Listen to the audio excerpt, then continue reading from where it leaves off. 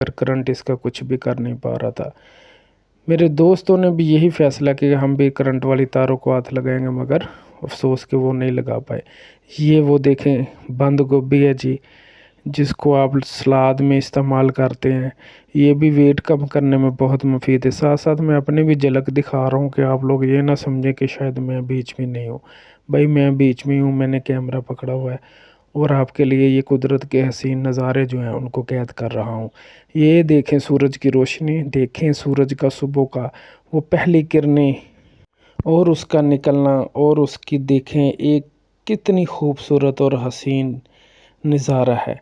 ये नज़ारा आप लोगों को दिखाने के लिए इतनी दूर का सफ़र कर रहा हूँ भाई, और इतनी सुबह सुबह कर रहे हैं और साथ हम वॉक कर रहे हैं, क्योंकि हमारा टारगेट है 1012 दिन में अपना वज़न कम करके इंशाल्लाह ताला आप लोगों को हैरान और परेशान कर देना।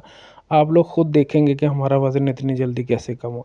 ये चारपाई है, ये जो लाइट के बगैर कुदरत के हसीन नज़ारों में इंजॉय करने के लिए इधर लोग बैठ जाते हैं। और ये एक व्यू देखें जिधर नलका लगा हुआ है, एक छोटी सी पगडंडी और एक डेरा और उसके ऊपर नलके का लगना, और ये देखें एक हसीन ही नज़ारा है।